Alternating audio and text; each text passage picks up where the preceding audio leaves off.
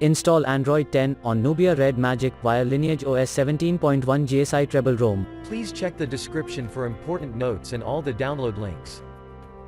First download ROM and GApps packages, then transfer the downloaded files to the phone storage. Link is in the description below.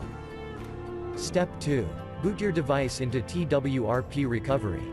Once in TWRP, click on Wipe, Advanced Wipe, and select the check boxes, as shown in the image, excluding internal storage.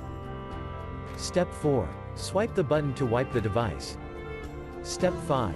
Go back to the recovery main screen, and tap on the Install button. Step 6. Navigate to the storage, and select the ROM zip file. Step 7. Finally, swipe the button on the screen, to install ROM file. Step 8. Flash the GApps zip package, in the same manner. Step 9. After GApps flashing completes, select Wipe Cache and Dalvik from bottom left side of screen, and swipe to wipe. Step 10. When the flashing process is complete, hit Reboot System. That's it, you have successfully installed the ROM on your device.